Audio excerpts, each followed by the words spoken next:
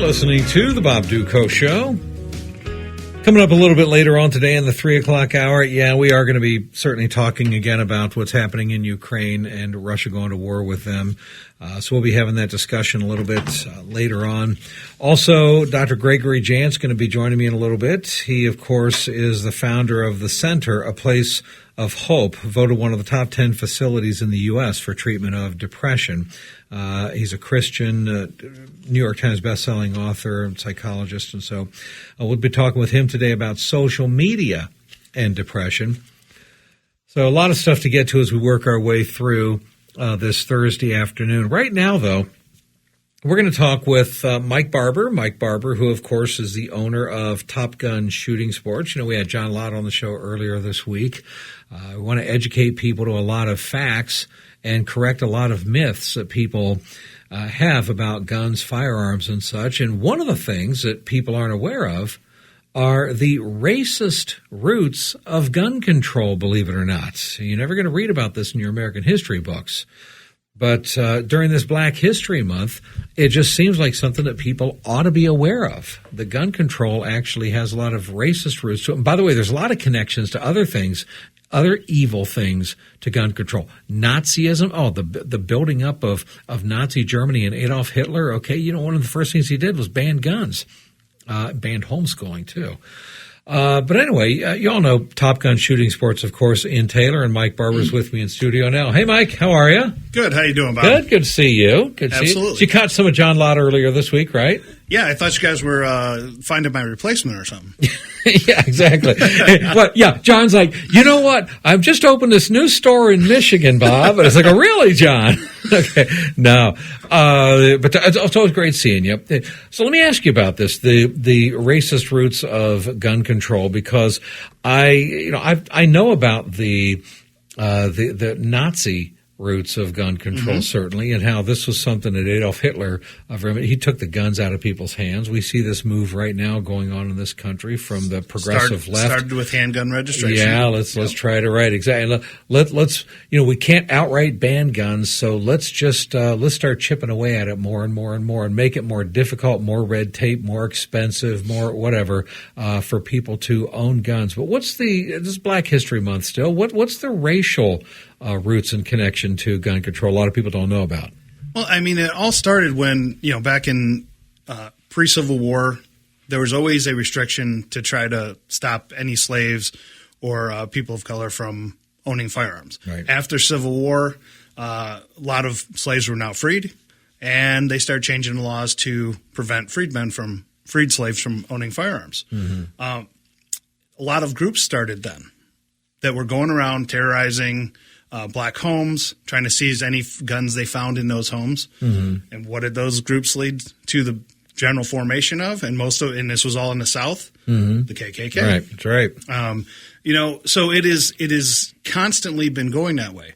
On the right side, after the Civil War, NRA was formed. That's why NRA is one of the oldest lobbying organizations in the history of civil rights organizations in the history of this country, right? Because they were started with the intention to reduce gun laws and gun control, and fight for a lot of different things that can apply to today, and being able to have civilian marksmanship programs and have your citizenry familiar with firearms and those type of things, and safety and so on. Right. And then in 1968, when they passed the Gun Control Act, this was the beginning of one of the things they did. They outlawed machine guns or made them restricted, so you had to have special licenses and register them and all that. But one of the big ones during that time was the outlawing and restrictions on Saturday night specials. Everybody's heard that term before. Those were all little, smaller, handheld, concealable guns that were not typically of the highest quality, but it was more based on size and so on. But most of them were inexpensive firearms. And who can afford the inexpensive firearms? Right. Exactly. Poor black communities. Exactly. That was one of the reasons for that restriction, specifically in that gun control bill, was to stop them from getting it. Now, back when that was passed, who was in control? Democrats, 57% of the House, and President was Lyndon Johnson, who was a Democrat. So, there's always a theme that goes on here. With all of this gun control, all these restrictions, it's always coming into the gun control. And by the way, can I just say on a side note, one of the things that President Biden just said, again, I think it was last week, in his attack on guns was, the Second Amendment doesn't say that you can't or that you can just have any kind of gun. Okay, when the Second Amendment was written, you weren't allowed to buy a cannon. Okay, that's Wrong. Actually not true. Wrong. Okay, even liberal left-wing, the Washington Post gave him a 4 Pinocchio. That's the biggest whopper of a lie you can tell. That's just flat out not true. If you had the money, you could buy a cannon. They're pretty spendy. Yeah. I mean, I don't know how much it's going to do for personal protection. CPL probably not too easy to conceal a cannon. Sure. But anyways, I just wanted to, a little side note, wanted to get that out there. But it's an important point, though, Mike, that you're making, because the restrictions that we're hearing on guns, trying to make it more difficult for people to buy guns, this is it's hurting the poor more than anybody else, okay? Absolutely. Because the rich can afford, if it's more expensive to buy guns, the rich can afford to pay somebody to go through all the red tape that needs to be done. It's poor, lower income folks, and can I say, predominantly African Americans, just trying to live in peace, trying to raise their families. It's like, how many hoops and how expensive is it going to be now for me to get a gun to protect my family? This is something the Democrats got to think about. One of the requirements back then was a $200 tax stamp for full auto and certain types of firearms that they were now registering and allowing you to continue to own as long as you registered them. Right. That in today's dollars is thousands of dollars compared to $200 in 1960. I mean, most firearms weren't $200 back then. Right. But there's all those roots, and it transfers over into what's going on in Canada right now. Yeah. Canada. That's making my eye twitch. I know. The roots of gun control started in the same place, to keep firearms out of the hands of black Canadians. Same reasons. Then in World War II, they wanted to stop their soldiers from bringing back war trophies, so they made all the machine guns restricted, and they developed a tier system. They had unrestricted, restricted, and prohibited firearms. As we've gone along, handguns have moved from unrestricted to restricted. Now they're trying to put assault weapons from when they were in rifles that were unrestricted, and when I say assault weapons, I'm talking modern sporting rifles, not machine guns. Yeah, because I know because that's a misnomer. Actually, before you continue that, let's clear something up. Okay, when people hear the term assault weapon, in my honest opinion, that's a misnomer that's so dishonestly used today. Okay, what constitutes an assault weapon? How do you even define that? Are you gonna define it by it being semi-automatic? Well, if that's the case, then guess what? That's 90% of all the guns that are out there. Sure. Pistols, handguns, okay, are overwhelmingly semi-automatic. So now your handgun is a assault weapon. Okay, well, is it going to be the AR-15 because the way that it's designed, it looks a little more cool, like closer to design on the outside? Well, if the outside of it is designed to look like a machine gun, but it's still semi-automatic, 1 bullet per trigger pull, then what makes that an assault weapon? Because it's cool looking on the outside, but it functions the same. So, how do you define an assault weapon? The true definition of an assault weapon is a typically slightly smaller cartridge than a full-blown rifle or hunting cartridge used to be at that time. Mm-hmm. The Germans developed it in the Sturmgewehr rifle, and it was a smaller, shorter caliber, so you could carry more bullets, a little less weight, those type of things. And they were all fully automatic. They're fully automatic. But see, that matters to me. That's huge. Okay, fully automatic, I got no problem calling that an assault weapon. But I'm sorry, if you got a rifle that if you want to shoot 3 bullets, you have to pull the trigger 3 times. Mm-hmm. I don't care how the outside casing of that is designed. If that's its functionality, then how can you call that a quote-unquote assault weapon? Because I think they know that makes people think that it's a machine gun when it's really not. That's it. And most of the politicians have proven over the years in their public address comments when they're talking about this stuff, they have no clue what they're talking about. Mm-hmm. And they're using that as a key talking point when they don't even know the definition themselves. Right. So true. Yep. But back to the Canadian thing. they started restricting handguns and machine guns into the prohibited category. Then now they're trying to move modern sporting rifles into prohibited. They just did that. So those before, hey, where was the key? Does this sound like Germany at all? Just register them and you can be grandfathered and you'll keep them. And then they changed it from a lifetime registration to every 5 years. And if you forgot to or didn't get them registered properly, then you had to give them up and turn them in. And now they just said, guess what? We're getting rid of them all. Turn them all in. And then they have yellow flags and red flag laws over there. All these different things that we're fighting in the U.S. right now, trying to minimize that. And what has Trudeau done over there? He has taken and trampled all of their rights and gone to martial tyranny. law. I mean, Yes. the Emergencies Act is basically martial law. They've Absolutely. suspended the Canadian the Charter of Rights and Freedoms, okay, which is our equivalency of the Constitutional Bill of Rights. Right. But the key is, in all of this, they don't have a Second Amendment. So they had no guaranteed right to firearms. It was a privilege. So they took it away. And we've all seen the videos on this. They keep talking. It's like the somewhat fiery but mostly peaceful protests. With the explosions going on in the background. They're talking about the violent, the protests in Canada with the truckers have turned violent. And the only videos they can show is truckers locking arms and singing the national anthem and stuff. I mean, come on. Right. It didn't get violent until the police came in and started billy clubbing people, running people over in scooters with horses and so on. Like you said before, the Nazis did the same thing, went to full disarmament. Australia did the same things. There's one or two mass shootings, boom, all your firearms are confiscated. They started making you turn in all of them. And now what do you got? What did we just have over there? Tons of COVID camps. I'm sure that was quite the vacation. People were enjoying those, but now they're all regretting turning in their firearms. Right. In the U.S. right now, you got Sleepy Joe and the Democrats trying to pass legislation to register your modern sporting rifles. So when that 68 gun control bill passed, all your machine guns had to go into what's called the National Firearms Act, or the NFA. They had to be registered and tax stamps and all this stuff. All right. Now they're saying you can keep your assault weapons, as they call them, but you just got to register them as NFA now. We won't even charge you the $200 tax stamp. We'll do it for free. We'll expedite it. We'll do all this stuff. Do you think confiscation or full, banning of them will be the next step, like they did in Canada? Most likely, It probably will. It's a constant battle in the U.S. and to stop the Democrats from enacting more of the gun laws. Right. And do you know what it stops the government like Canada and Australia from doing what they've been doing and going to the tyranny that they have? An armed population. Yeah. And it's gotten to the point, Bob, where I personally, I've been fired up in this last week. You can ask Randy next time you talk to him.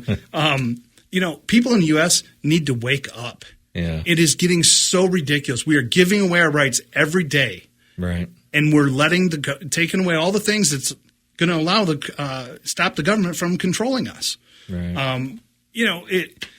In Canada right now, we just addressed we're talking about the person that donated $50. Yeah, a woman. Legally. By the way, a black woman, okay, who is on the minimum wage and a single mom trying to raise her kids. And her bank account got frozen. Seized them all. Seized all our bank accounts. You don't think that is where we're heading if you don't have we're squashing people on social media, no repercussions. The government and the politicians are encouraging this stuff. If we don't wake up in this country, we see our future already in a couple of our neighboring countries. Yeah, I know. And what we see happening there is absolutely. I know this is like really political, and it's usually talk about this stuff more during my news and politics hour. But I'll tell you what, Mike, I think that Biden and Kamala Harris and a lot of the Democrats in Washington, I think they look at Justin Trudeau and they're jealous. They're secretly jealous. I believe they're like, oh man, I got to figure out a way that we can do that here. Yeah. They absolutely would love to be able to do this. Which, of course, we got the trucker convoy heading this way now from California. And so they're going to be descending on Washington, D.C. area. And they're already saying, look, we're going to be peaceful. We're not going to be, we're not going to be violent. We're not going to go all Black Lives Matter. We're not going to do anything. But we want to let our voices be heard and say, you know what, enough is enough. We want America to stay free. Sure, and I agree. And you know what's going to probably happen? What I'm really praying with that is the Democrats and the media don't turn us into another January 6th. Because they're already trying to, Mike. I know. Did you see that they're putting up the barrier, putting up the fences. They're putting up the fences again, which they know that's not necessary. They know these truckers aren't going to be storming the Capitol. They know that. They're only putting that barrier up to create the impression, the optics that look how dangerous conservative Second Amendment supporting truck drivers are. Yeah. That we need to put up barriers and put ourselves in lockdown because it's to create the perception that conservatives and truckers are dangerous. And that's so dishonest. Absolutely. And how many people are still in jail from that and never even charged and prosecuted yet? And the biggest thing they've got on any of them is trespassing. That's not America. Denied bail. Yeah. Let me ask you how many people from the that were trespassing and charged with all the kinds of different things during all the BLM riots. How many of those people still in jail? Almost none. I know, Guarantee because it. most of them, their charges were dropped. Absolutely. So it's a scary double standard. I absolutely agree with you, and that's why we need to. Look, as Christians, we obviously want to make sure we don't want to violate the law. We don't want to engage in violence. We certainly don't want to have hatred in our hearts and all those kind of things. Okay, but we can also, as Christians and Americans, stand up and say, you know something, this is what the Constitution says, and we have a right to say. Our rights are being taken away, and we don't want them taken away. I don't want America to stop being a free nation. I don't want to watch America. I don't want to watch the USA turn into the USSA, like the old USSR, in my lifetime before my eyes on my watch. We got to stand up, and that's really what I see these truckers doing. They're saying, look, we're being peaceful, but we're also being a squeaky wheel. And we're letting you know that we are here, and we're just, we're not going to sit by silently while America gets transformed into a Marxist nation. Absolutely, and I'd like to even go into and cover the what's going on in Ukraine right now a little bit. Sure. How does that relate to the Second Amendment? How? You have police departments right now, or I'm sorry, they came over. The government came over and said if you have firearms, arm yourself. They passed a resolution to allow people to carry firearms in the street, in public. I'm sorry. Right. That was restricted before. Yeah. And they waited to 2 days before. That's irrelevant. They didn't see this coming, I guess. But at the same time, now they're talking about yesterday of putting a right to bear arms clause into their, I don't know if it's their constitution or whatever, but whatever their version. Yeah. Their version. Okay, that's progress, but again, probably a little too late. Right. You've got their citizens are being told to go arm themselves and get to the front lines. Actually, the government's passing out arms. There's a report that they're passing out arms to people. Wouldn't it have been better if Ukraine had already been armed as a private citizenry? Absolutely. So without a Second Amendment, if they had a Second Amendment type, in place over there. Guess what the civilians already have? They already have their arms. A lot of them already have the equipment potentially needed to go stop and help stop this type of invasion. Just like the reason why Japan didn't invade, the mainland of the U.S. During World War II. It's the exact same reason. Right. Enough of our citizenry is armed. Right. And right now we could they could have put up hopefully a better resistance. Okay, you can go get a firearm from the police department now and get an AK-47 or something. How many of them know how to use that now if they were not allowed to use them before? These are all important factors that go into these type of things. And the Democrats always sit there and say, oh, we don't need guns anymore because of, we're civilized now. There's no wars and all these things going on. Look what's happening. Are we sure about that? I know. And China's going into Taiwan in the next 2 weeks. I guarantee you, Bob. Yeah. And so where do we want to be? Vladimir Putin can get away with it. If he can get away with it, you got to imagine Xi Jinping is like, why can't I? Oh, he's letting him stir the pot. I know. And you know what? I agree with you. If the people in Ukraine, if they had already had a Second Amendment type thing over there right now, then the people in Ukraine could be telling the Russians when they're coming in, I don't think so, Scooter, niet, des vidania, and so. But yet in the U.S., we want to keep chipping away at our rights. It's so frustrating. Mike, I appreciate your analysis. Mike Barbour, of course, who is the owner of Top Gun Shooting Sports, say they are the number one, the top gun store and shooting range and the whole shebang, pun intended, right here in southeast Michigan. They're in Taylor. Stop out and see for yourself. You love this store. I'm telling you, it is a huge, just a massive store. Thousands of accessories and you name it, over 100 different types of guns, all kinds of ammo, largest shooting range in the state of Michigan, indoor shooting range, all kind of stuff there. So it's they're on Pennsylvania, just east of Telegraph in Taylor. And you can give them a call also at 734-282-8470. It's Top Gun Shooting Sports in Taylor. Mike, always good seeing you, Mike. Thanks, Bob. Thanks a lot. Appreciate it. Tell Randy and the team over there I said hi. We will do. All right, you bet. Take care. All right. You're listening to The Bob Dutko Show.